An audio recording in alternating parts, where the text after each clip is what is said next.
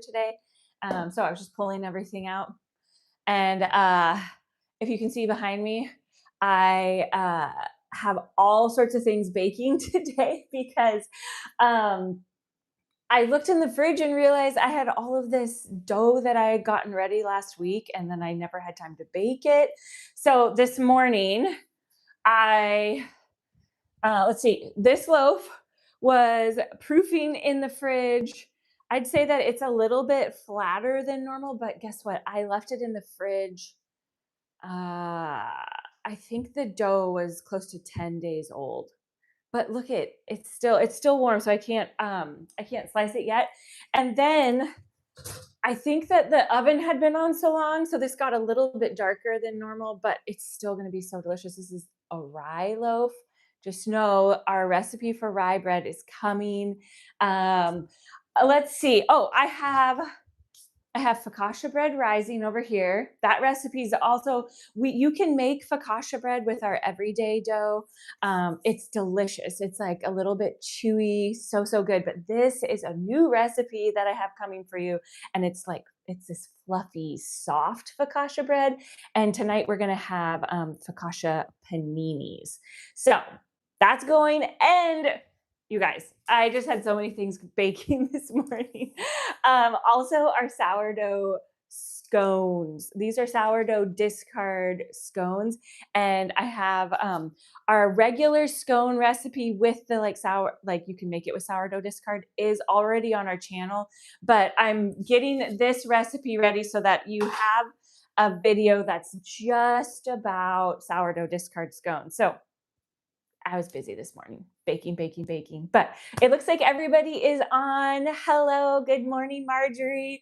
I am going to pull my hair back because we want to do a little bit of baking and mixing up stuff and not have hair getting in any of it. What we are talking about today, we're going to talk about how do you know how much starter to feed when you're going to mix up a batch of dough. How do you know? Because you don't want to feed a huge amount and then you have tons of discard. That's not cool. That's like a waste of flour, waste of time. You don't need to do that. It's also a waste of space in your fridge. You don't need to have loads and loads of discard in there. 1 second, I got to fix one thing. Discard. And we're going to talk about how do you feed that starter. How do you know how much to feed? Because okay, I've been getting that question so much, so we're just going to talk about it now. I will tell you, I'm going to answer questions, but I'm going to answer the questions from our members first. So members, if you're on here, sorry, my hair is pulling weird. If you members are on here, make sure you throw your questions down there because I'm going to answer all of the members' questions first. And then I'll get to the other questions. And I want to know, what recipe are you looking at that you're like, I need to have, you fill in the blank. How much starter do you need? Because I'm going to help you figure out exactly how much to feed. So put that down there in the comments, especially members. I want to make sure that I get to you first. I'll talk more about the membership in a little bit. But what we're going to do is first, we're going to feed enough starter so that we have 150 grams of leaven. Leaven is just the fancy name for fed starter. The reason they call it leaven is because your sourdough starter, this starter right here, is your leavening agent. Just like yeast, if you use dry yeast in baking, yeast is a leavening agent. Baking powder, baking soda, those are all leavening agents. They help the dough to rise. So the reason why they call it leaven is because that's basically the way that you say fed starter. It's just a fancy name. So if we want to have 150 grams of leaven or fed starter, I'm going to take my clean jar. This is a wide mouth. I love using the wide mouth jars. They're easier to work with. And this is a pint size. So it's the same size that I actually keep my starter in the fridge. So I'm putting my jar on the scale and we are going to take out 50 grams of my cold starter from the fridge. Only 50 grams. Now this feeding is going to be a 1-to-1 feeding, which means we're using all the same amounts. And this feeding is what I would do if I wanted to bake, I shouldn't say bake, if I wanted to mix up my dough today. When you do a 1-to-1-to-1 feeding, your starter, as long as you've been using it consistently, like this one, my starter is real fluffy and big because I have been baking consistently and putting discard back into this jar, which keeps it revived, it keeps it going, keeps it fluffy and happy. And you can see it got so fluffy and happy, it started to spill out a little bit in the fridge even. So when you are baking on a regular basis, you don't need to do multiple feedings. You can do one feeding, do a 1-to-1-to-1 ratio, and boom, you'll be able to mix up your dough in about 4 hours. And when you do the 1-to-1-to-1 ratios, it doesn't matter how much it is. If you did 100 grams of cold starter from the fridge, you could do 100 grams of water, 100 grams of flour. You would have 300 grams of fed starter or leaven. So I'm hoping that makes sense. And when you do this 1-to-1-to-1 ratio, it means you can mix your dough up today. It only takes about 4 hours on a regular day where it's like 65-ish, 70 degrees in the kitchen. Now I'm putting in my 50 grams of water. I like to do the water next because then you can mix that starter up into it. It gets it diluted a bit, and we'll use our fork, and then it's easier to get the flour to mix up in there. So put this in your mental log. When you do the smaller ratios, 1-to-1-to-1, your starter is going to rise faster. It means you can mix your dough up, or whatever it is you're making, you can mix it up today, okay? That's why I love, love, love the 1-to-1-to-1 ratios, because then I can just like get all the goodness going today. And let's see, now we're going to get our 50 grams. And I tear my scale out in between because I only want to see the ratio, the measurement of what I'm putting in at that moment, because then I can get distracted. I can chat with you. I can talk to somebody as they walk through the kitchen. I can forget what I'm doing and I can still see, oh, I'm only at 40 grams right now. And you're not having to add anything in between the different measurements. Okay, there we go. So this is our 1-to-1-to-1 ratio. We did 50 grams of cold starter from the fridge, 50 grams of water, 50 grams of flour. This equals, because all you have to do to know how much starter you have in there is add those elements together. 50 plus 50 plus 50 is 150. So this jar right here, if you have a recipe that calls for 150 grams of leaven or fed starter, boom, you have it right here and you'll be able to mix it up today. Now, what if your main starter jar is getting a little bit low and you're thinking, I need to put some discard back in there so that I don't run out? Not a problem. Do 60 grams of each element, and then you would have 30 grams that would be extra from your recipe, and you could put it straight back into your starter jar, which can go into the fridge, keeps it replenished. You'll never run out, okay?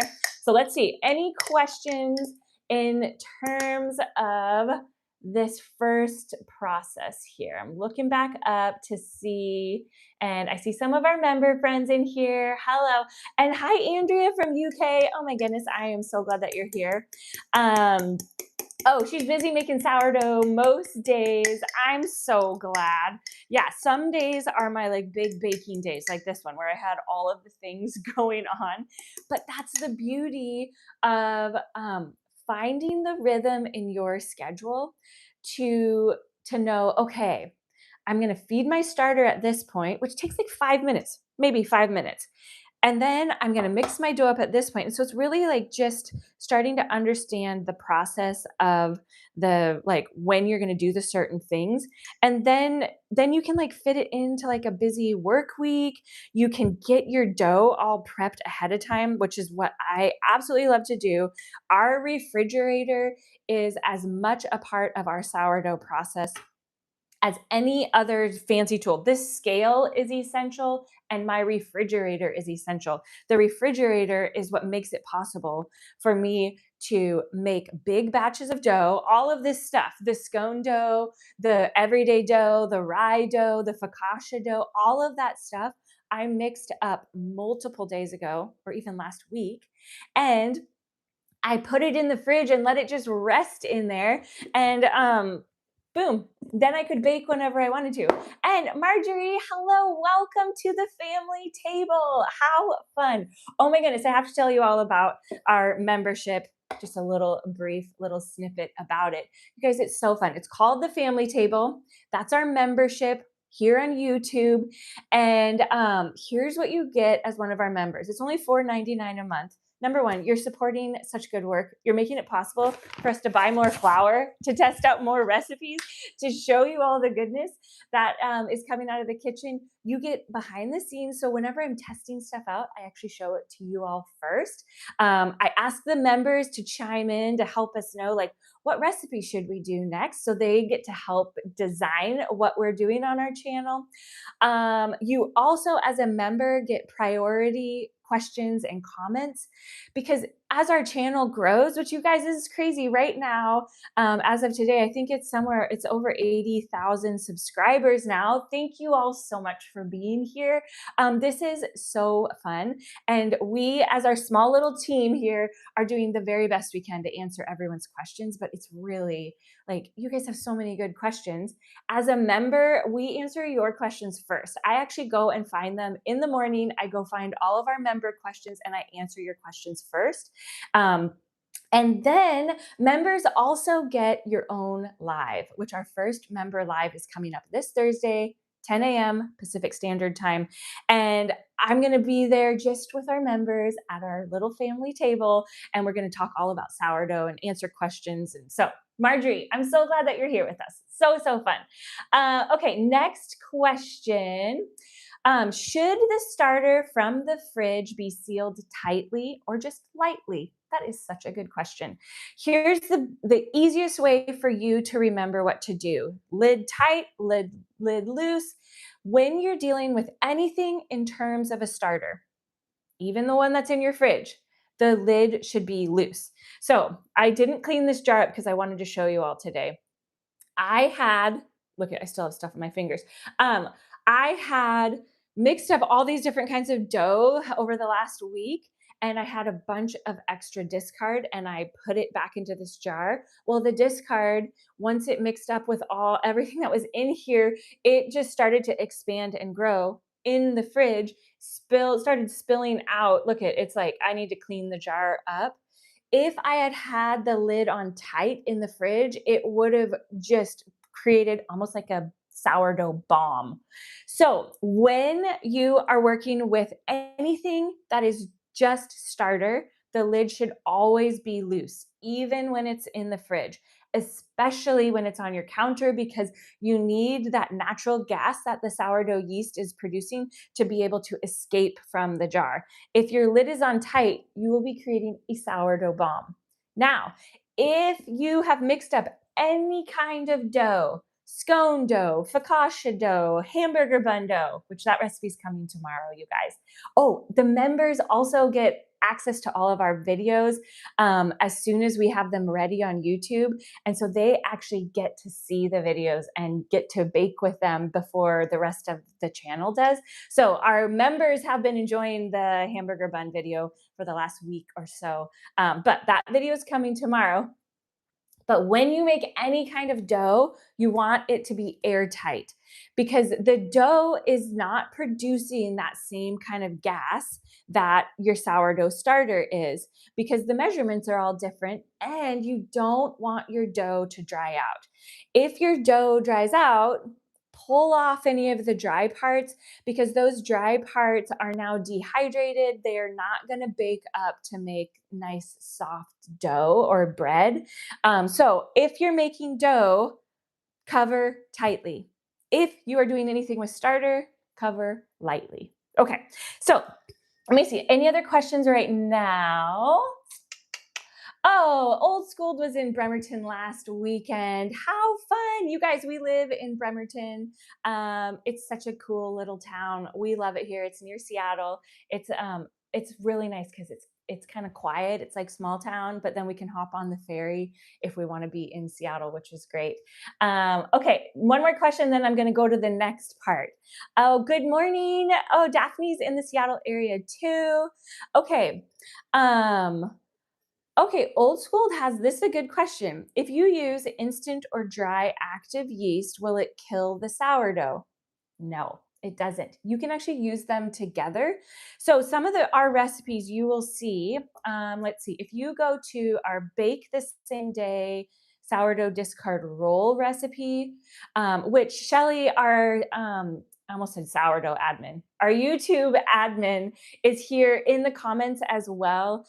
She will add some links down there so that you guys can find them easily. But our bake the same day dinner roll recipe and our bake the same day sourdough discard cinnamon roll recipe uses both the cold discard or just like extra starter. It doesn't matter if it's cold or fed, and yeast. And when I do the yeast, because the yeast is instant. So I use this Red Star active dry yeast when I want the dough to be able to bake the exact same day. Yeast is instant. Well, if you buy the instant yeast, there is slower acting yeast. Sourdough wild yeast is not instant, it is slower. And it's the natural process of the yeast, which is why almost every single recipe that you're going to find of true sourdough wants you to proof it at least for 12 hours. The longer that you proof it, the longer that you allow that wild yeast to work its magic on your gluten, the better flavor you're going to get. And the cool thing is that the longer that that wild yeast can work on the gluten, the better the bread is for you because it's been fermented. That wild yeast is fermenting the gluten, and that is what's causing it to rise and get that beautiful texture. When you use instant yeast with the sourdough discard or extra leaven, it's allowing the bread, the dough, to rise really fast that day, but you're still going to be able to use up some of your discard or your extra fed leaven, and you're still going to get a little bit of that sourdough flavor, which is kind of fun. So, okay, now I want to show you how I feed my starter if I don't want to bake today, but I actually am like, I have time to feed my starter, let's say in the morning, and I'm going to mix up my dough at night, or I'm going to feed my starter at night and I'm going to mix my dough up in the morning. When you want your starter to take a longer time to rise, which this is the cool thing, is that you get to decide how long you want the starter to rise by the ratios that you feed the starter. The smaller the ratio, 1-1-1, rises the absolute fastest. The bigger the ratio, like 1-4-4, will take around 8 to 10 hours to rise. And the reason why I love that feeding ratio is because I can feed my starter and not worry about it for 10 hours. So you're not having to be concerned like, did it hit its highest rise and I missed it because I was busy or I was sleeping? So when I am going to, like, I think about, okay, tomorrow I want to mix up a big batch of dough. I'm going to do a 1-4-4 ratio. So what I'm going to do is I'm actually going to do a big batch because I need to make a big batch of dough anyways, because it's going to be pizza night soon and I want to make a big batch of pizza. So what I'm going to do is, this is a wide mouth quart size jar. I put it on my scale. I tear the scale out. It doesn't matter to me what my jar weighs. The only thing I need to know is what I'm putting in the jar. That's the thing that I'm trying to keep track of, okay? So I am going to do 50 grams of starter. So let's put our 50 grams in, and this is cold starter right from the fridge. You don't need to let your starter warm up because it's going to warm up in here as we feed it. So I don't worry about warming it up. I just pull the starter jar straight out of the fridge and I take the portion out that I want. There's 50 grams. Now this, whoops, that's not the right lid. Here's my lid. Okay, this is Nigel. Nigel's gonna go back in the fridge. I'll clean this jar up eventually, but guess what? It doesn't really matter. All of that amazing wild sourdough yeast is doing its thing in here. And because it's in the fridge, I don't need to feed that starter. I don't ever feed the starter jar that's in the fridge. That jar just only ever gets the discard that's extra when I feed portions to mix up dough. And we have a video that's all about that. If the discard and the starter and the leaven, if you're like, oh my word, this is so crazy, I can't keep track of all of it, there are, we have like a whole playlist of stuff to help you out with your starter. We also have some really fun videos that just help explain it more. But right now what we're doing is a 1:4:4 ratio. So I put 50 grams of starter in my jar. I tear my scale out because I only want to pay attention to the thing I'm adding. And now I'm going to put 200 grams of water because 50 times 4 is 200, right? Yeah, it is. I've done this measurement so many times. I'm like, I have to question myself. Okay, I need a little bit more water. And I just like to use room temperature water from the tap. We have really good tap water. If you do not like the water from your tap, if it's very chlorinated, if it's like soft water or it has like a lot of sulfury flavor, get filtered water from the store and use it, because honestly, if your water doesn't taste good and it had a lot of chlorine in it, I think it would slightly inhibit the flavor of your bread and possibly even how well that starter is rising. So I mixed up my starter into my water, and now I'm just using my all-purpose unbleached flour to feed my starter. If by chance, and I'm doing 200 grams of flour as well, because we did 50 grams of starter and then we're doing 200 grams of water, 200 grams of flour. If you are having trouble with your starter, it's not rising well, it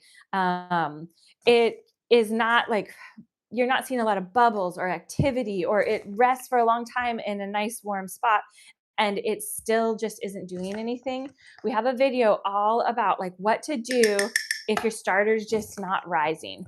And one of the tips that I have for you is, which I should have gotten a bigger spoon. This is like so many scoops of this little spoon. One of the things is use bread flour. Bread flour has a higher protein content, which means your wild yeast is going to have more to munch on, makes it stronger, makes your starter rise better, makes it a little bit thicker. You can also try adding a little bit of a heartier grain like whole wheat or rye to it. That also will help to boost the strength of your starter. Okay, there we go. Finally got to 200. The other thing to do is don't do big, huge feedings like this if you are having trouble with your starter waking up. Instead, I want you to do a 1:1:1 feeding and only do 10 grams of everything, because you don't need to fill a whole jar while you're just trying to get your starter to be revived and strong again. So just know, if you have not been baking consistently, then what you want to do is smaller feedings, and you want to do repeat feedings just once a day for about 5 days, and your starter will, you'll see it start to wake up. Once it's consistently waking up and rising, then move on to these bigger feedings and you'll be ready to start baking. But because I bake on a pretty consistent basis, and I'm continually adding discard back into my main starter jar in the fridge, back to Nigel, which you need to name your starter, because then you can be clear of like, oh, I took 50 grams from Nigel and I fed it, instead of having to be like, oh, my starter jar, this jar, that jar. So name it, and then you know exactly where you took it from. Okay, we have fed our starter. Now, if you didn't need this much fed starter or leaven, then you would just cut these measurements all down and you do like, you could do 15 grams of starter and then times that by 4 instead of 50. But the thing to remember, lid on loosely, both of these, this one is our 50-50-50, our 1-to-1-to-1 feeding. This one is 1-to-4-to-4 feeding. When I do the bigger feedings like this, I use a quart-sized jar because this is going to grow and fill this entire jar. This one won't fill the whole jar, but it's going to get to about up here. And I didn't really clean that off too much. It's okay. You don't have to. It all ends up like rising and mixing together. But if you're still trying to figure out, like, is my starter doing what it's supposed to do? Wipe the sides of the jar down so you can see it a little bit better. And if you're to the point that you're like, my starter rises consistently, I know it does, I'm not having a problem with my starter rising, I'm more working on getting the like texture of my loaf or shaping it, then guess what? I want you, let me wash my hand off really quick. But if you know that your starter is strong, it works good, it's fine, feed your starter in the bowl that you mix your dough up in. It's going to save you some cleanup. I know that there's a lot of concern, and it's valid for you. Like, you never want to put sourdough, like a big clump of sourdough starter or leaven or discard down your drain. You could really cause some problems with your pipes, because if you've ever had sourdough starter dry on your counter, then you know that it turns into cement. So if it's consistently going down your drain, it can cause some problems in your drain. So be careful that you're not just pouring it down there. So this is why, if you know that your starter is strong, feed the starter in the bowl that you're going to mix the dough up in, because then you won't have to even deal with washing this. You won't have to deal with scraping it out. And you're going to do the exact same process, where it doesn't matter how much your bowl weighs. It matters. And you can take a note of, like, I put 60 grams of each element in the bowl. So now I know I have 180 grams of starter. So then if you don't need that much starter for the recipe you're making, you would just scoop out the 30 grams and add it back into your main starter jar. Now, if you have not played around with your scale a bunch and you're like, how do I know that I'm taking out 30 grams? Your scale will tell you. And we have a video. It shows you exactly how to use your scale. Lots of people will say you don't need a scale. And unless you have been baking for a very long time and you know exactly what the texture should be, get a scale. They cost like $10. And Shelly can put a link down below. If you're still trying to figure out how to use your scale, go and watch the video. It's like 5 minutes. It's going to show you how to use it, because here's the cool thing. You can set your jar or your bowl, whatever you mixed your starter up in, you can set it on your scale, tear your scale out. Now it says 0. It doesn't tell me the weight of my jar and starter, but if I go like this, whoops, I got to tear this out. If I go like this and I pull a scoop out, it tells me, oh, you just took out 21 grams. You just took 21 grams off of the scale, and it will show you a negative number. So cool, right? You don't have to guess. The scale will tell you how much you're taking out of your bowl or your starter jar. So, okay, now let me wash my finger off again, and let's see, what other questions do you all have? And even if you're like, I think I know what I'm doing, tell me how much starter you're trying to feed. Okay. I'm scrolling back up so I can find the last question here. Okay. Margie is saying she currently has a starter jar, and she calls it her mother jar, and it's on the counter, and the discard jar is in the fridge. So every time I feed my starter, I pull it out if I'm going to bake. Okay, let me think here. What is Margie asking?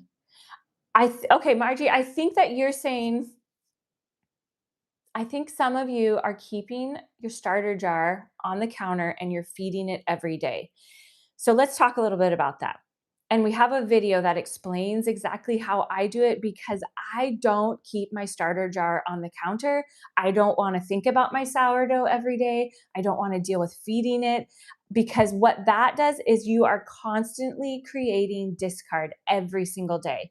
I don't bake that much. Like I bake a lot, but I don't want to have a batch of leaven that I need to deal with every single day. I only want to have a batch of leaven when I have time to mix up dough. So I only keep my starter jar in the fridge. My starter jar is a combination of starter and discard together. Whenever I have extra leaven from a baking day, it goes right back into that jar that lives in the fridge, into my Nigel jar.